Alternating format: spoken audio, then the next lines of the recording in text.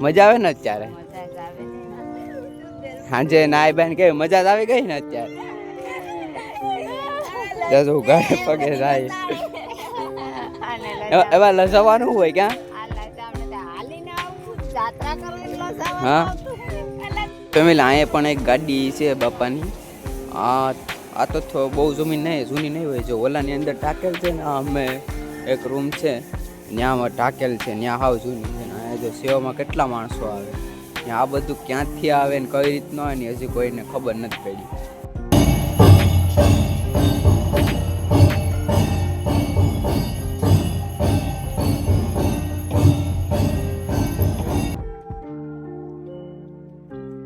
Hello YouTube family કેમ છો બધા મજામાં ને મજામાં જ સ્વાગત છે તમારું ફરી આપણા એક નવા બ્લોગની અંદર ફેમિલી તમને બધીને ખબર છે કે આપણું ગુડ મોર્નિંગ થઈ ગયું છે અત્યારે મા માંગલના ધામમાં તો તમે બધા કરી લો મસ્ત મજાના માંગલના દર્શન સવારના પોરમાં અમે બધા લીલી છે આરતીનો લાભ અત્યારે પ્લાન છે કે અહીંથી 2-3 ધામ જાન છે ફરવાને અહીંયા પહેલાં સવારનો થોડો નાસ્તો છે એ કરી લઈએ તો કન્ટિન્યુ આપણા બ્લોગમાં બની આવે છે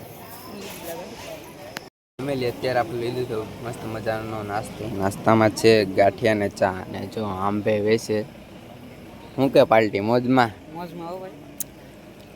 હાલો અત્યારે આપણે કરી લઈએ નાસ્તો ફેમિલી અત્યારે આપણે બધે કરી લીધા છે મા માંગલના દર્શન 2-3 કિલો જેટલા ફોટા પાડીને અત્યારે અહીંયા એક ડુંગર છે સિંગાળી ખોડિયાલમાં દર્શન કરવા જાય છે બધા હાલીને કેમ છે બધી પાર્ટી મોજમાં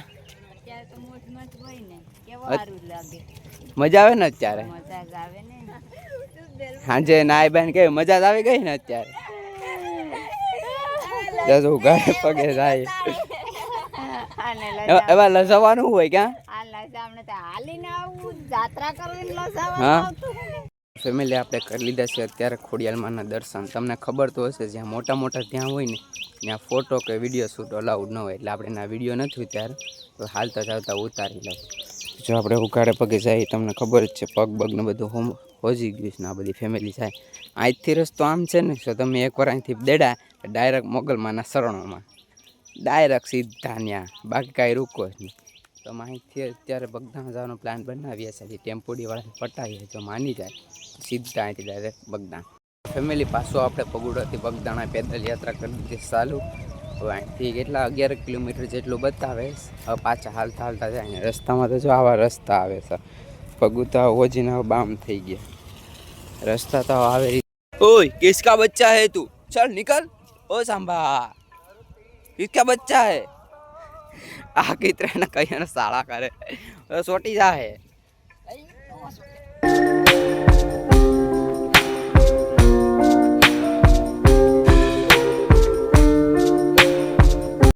તો અત્યારે અમે આવી ગયા છે આ મંદિર મોટું બન્યું ને નવું એની અંદર ને યાર આઈની મંદિરની વાત કહું તો આવ ગસપ ને આમે જો બાપા સીતારામની ચાંદીની મૂર્તિ જો આખી હો મિત્રો ચાંદીની મૂર્તિ ને આ મંદિરનું અંદરનું લોકેશન પણ 1 નંબર છે હો ભાઈ બહારથી પણ હવે તમને વ્યૂ બતાવું લગભગ તમે બધા આવી ગયા છે મારો અવાજ પણ આમાં ઓછો જ આવતો હોય યાર 1 નંબર લોકેશન હો આમ માયા રોકાઈ જાય એવું મન થાય સીડીએથી કાક મંદિર છે તે જાય ગાલીલા ક્યાં કઈ મંદિર હે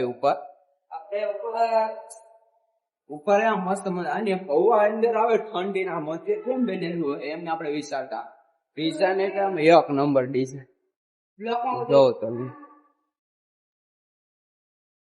હા એક મંદિર છે અરે વાહ યો બાપાને બંધમાં થોડું ફાયદા દેવાલા હોય જ્યાં રામ ભગવાન મંદિર છે ને દર્શન કરી લે તમને અહીંથી એક્શન નજારો બતાવો 1 નંબર લોકેશન હો ભાઈ 1 નંબર હાલો મિત્રો તો ત્યાં રામ ભગવાનના દર્શન કરી લઈને પછી આમ પાછા થોડાક બહાર જઈએ ફેમિલી જો તમને બહારથી મંદિર બતાવો બહારથી મંદિર જો આવું કંઈક લાગે છે અત્યારે ઓલા તડકાનું આ બાંધ્યું હેરખું ન બતાવાય બાકી જો અહીંથી જ બતાવી દો આ જો મસ્ત એવું લોકેશન છે તો હાલો હવે આપણે જઈએ બગદાણાની રામ રોટી લેતા આપણે વિડીયોમાં નથી જોતા કે બાપાના ખીજામાંથી કોઈ દી પૈસા ખૂટ્યા નથી ને કોઈ દી ખૂટવાના નથી એટલે આવું કામ ચાલુ છે તો બોલો ચાય બાપા સીતારામ તો અત્યારે આપણે આમ ગયા છે બાપાની રામ રોટી લેવાના જો ટ્રાફિક તો જો ખતરનાક હો ભાઈ ગમે એટલું ટ્રાફિક હોય બાકી વારો તો આવી જ જાય ફાઇનલ છે બાપા હા છે યાર, થોડો કઈ ઘટે પછી આમાં. હા લઈ લે બાપા ને નામ જતો છે આ બનાવ વસ્તુ જશે આવી.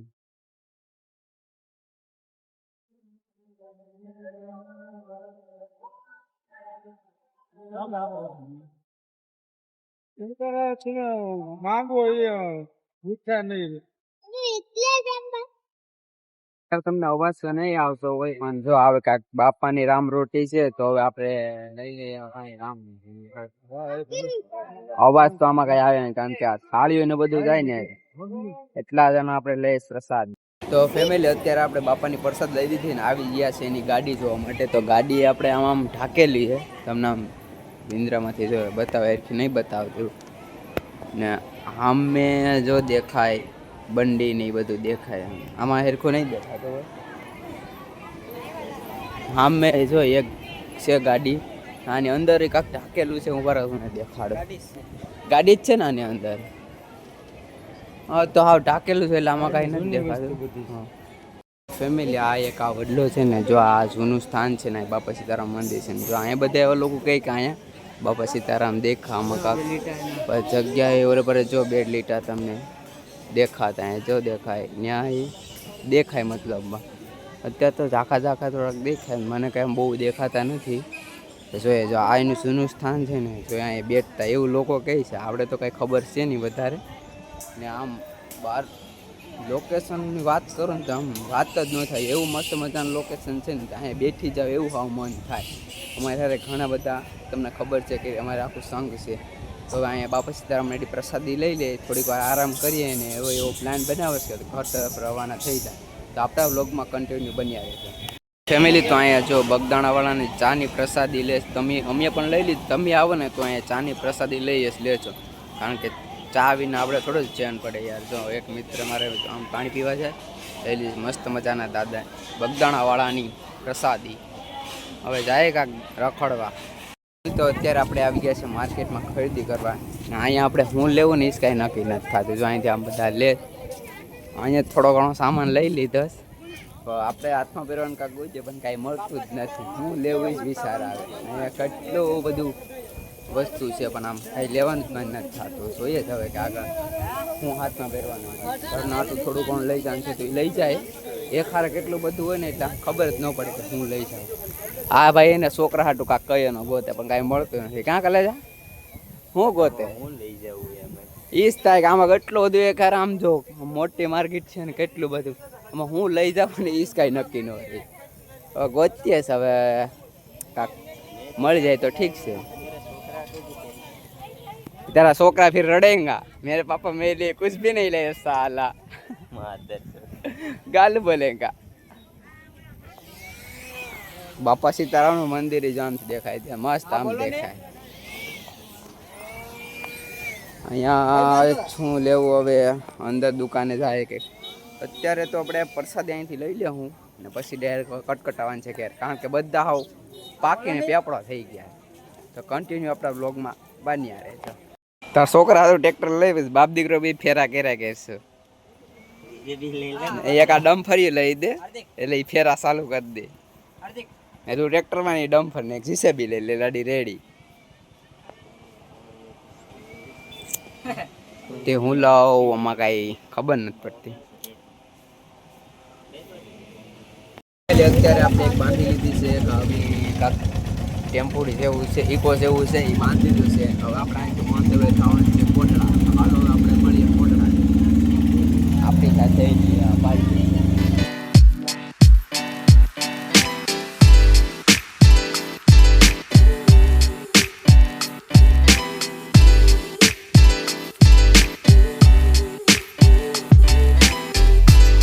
ફાઇનલી મિત્રો આપણે પહોંચી ગયા છે અત્યારે કોરડા. તમને અમારો અવાજ કરીને ખબર પડી ગઈ છે કે હાલત ખરાબ થઈ ગઈ, કારણ કે હું ગમે એ આમ વાહનમાં બેઠો ને એટલે મને ઉલટી ખાવા માંડે, એટલે ઉલટી જેવું થોડુંક થઈ ગયું છે. એટલે આમ બોલવામાં થોડી તકલીફ પડશે. હાલ છે જોઈએ ને હવે ડુંગરો છે એ ફરી લે ને કર્યા માતાજી કન્ટિન્યુ બ્લોગમાં બન્યા. તો અત્યારે આવી ગયા છે આપણે ડુંગરા પર શ્રી ગયા કલિદાસમાં સાઉન્ડમાં દર્શન ને અત્યારે અહીંયા આપણે દરિયો કિનારો છે ને આવી ગયા. જોરદાર. જો અહીંથી માં લખેલું છે તો અહીંયા બે બે ત્રણ ફોટા પાડશું ને સામે જો મસ્ત મજાનો દરિયો છે તો પેલા બીજ ઉપર જશું ને પાછા ફોટા પાડશું. અત્યારે આપણે આગળ થવા બગડી ગઈ કારણ કે આપણે ઓલામાં બેઠા ને એટલે ઉલટી પણ વાંધો નહીં આવે. લીંબુ શરબત ને હું પીતી પણ જોઈએ છે હવે કે આગળ હું થાય છે. કન્ટિન્યુ આપણા બ્લોગમાં બની રહીશું. આગળ જવા આપણે બીજ ઉપર પણ થોડા ફોટા પાડશું. એકાદો ફોટો પાડી પછી ડાયરેક્ટ બસ પકડી જશું. ફેમિલી આપણે ટેકનિકલના કારણે આવ્યું ફટાફટ કરીને બ્લોગને એન્ડ દેતા ભૂલાઈ ગયું તો માફ કરજો. આજનો બ્લોગ આપણો અહીંયા સુધી હતો. આશા છે તમને ગમ્યો હશે. ગમ્યો હોય તો યાર લાઈક કમેન્ટ શેર સબસ્ક્રાઈબ કરવાનું ભૂલતા નહીં. મળીએ તમને પાછા નવા બ્લોગમાં. ત્યાં સુધી બધાને જય માતાજી એન્ડ બાય બાય.